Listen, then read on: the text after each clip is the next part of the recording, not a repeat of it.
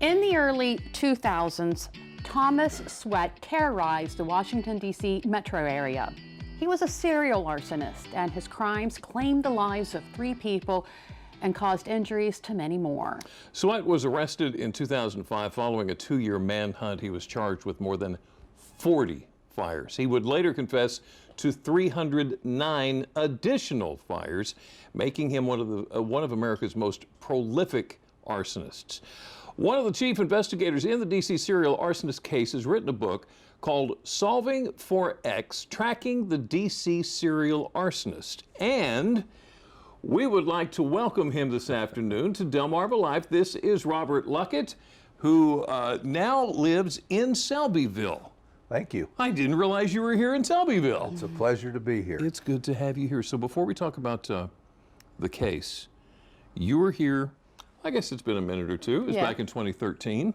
That you were talking about the 1971 T.C. Williams Titans football team, the subject of the movie Remember the Titans. Yes, sir. And we were just talking a little bit before we started on camera. You got a big date coming up this year. September of this year, we'll be celebrating 50 years and hopefully have a big reunion with as many that will choose to attend. Beyond high school, you had a 30-year fire service career with the Alexandria Fire Department? Virginia Fire and Rescue. Yeah. Yes. Yeah, tell us about that. I started out as a paramedic. I was in the first paramedic class the state of Virginia ever had, so that shows my age a little bit. And then got into the law enforcement side of it and finished my career. And when I retired, I was the chief deputy fire marshal for the city of Alexandria. And it was after that promotion that you started investigating the Sweat case. Yes, in November of 2003, which would be 4 months into the 22-month investigation, Sweat came to our city and set a fire. And it was deemed to be part of the serial arson case. We were invited in to be part of the DC, Maryland, Virginia task force. As a result of that, they made me a supervisor, and I was in charge of the investigation side. So at the peak of the investigation, we probably had 60 investigators, local, state, federal. In my unit, we probably had 15 to 18 investigators all the time. We averaged about 31 incidents a month. So when you're chasing that kind of workload, you don't have much time to sit still. And doing this, the Sweat case. Yes, sir. That's So for the Sweat case. Tell us about some of the touch and go moments before arresting Sweat. Sometimes in investigations, they say it's better to be lucky than to be good. Well, we had contacted the Naval Criminal Investigative Service thinking that we were going to be able to get DNA from them. As it turns out, the military only keeps raw DNA. So they said to us, if you give us a name, we'll give you the DNA. Well, basically we said if we had a name, we wouldn't be here. So they weren't able to help us. As we got ready to leave at the Marine Corps headquarters at 8th and I in Washington, D.C., they said, well, we have been having a problem with automobile fires 3 or 4 years ago, and nothing's ever happened. And we said, okay, well, and they said, well, we have some video. And we said, okay.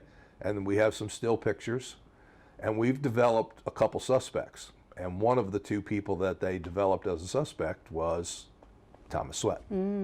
So at that particular stage, we began to work him up. Now, in the course of our 2-year investigation, we looked at 1,368 people as possible suspects. So he was just somebody that got in our view. A federal agent and a homicide detective from DC went to interview Mr. Sweat at his place of business, which was a Kentucky Fried Chicken. He worked there for 20 years. He was a store manager. He was a pillar of the community. They interviewed him, and when they got finished interviewing him, they were convinced that he was not Really? the serial arsonist. And when they went there, our goal was to surreptitiously get his DNA. So we had a raincoat in a box. We took the raincoat out. The investigators put gloves on. They gave a pair of gloves to Mr. Sweat. He put them on. They said, we had this raincoat in a fire, and your name came up, and we think it might be yours. Could you take a look at it? And he looked at it and he said, I've never seen it before. And they said, okay, and they took it back. They put it back in the box.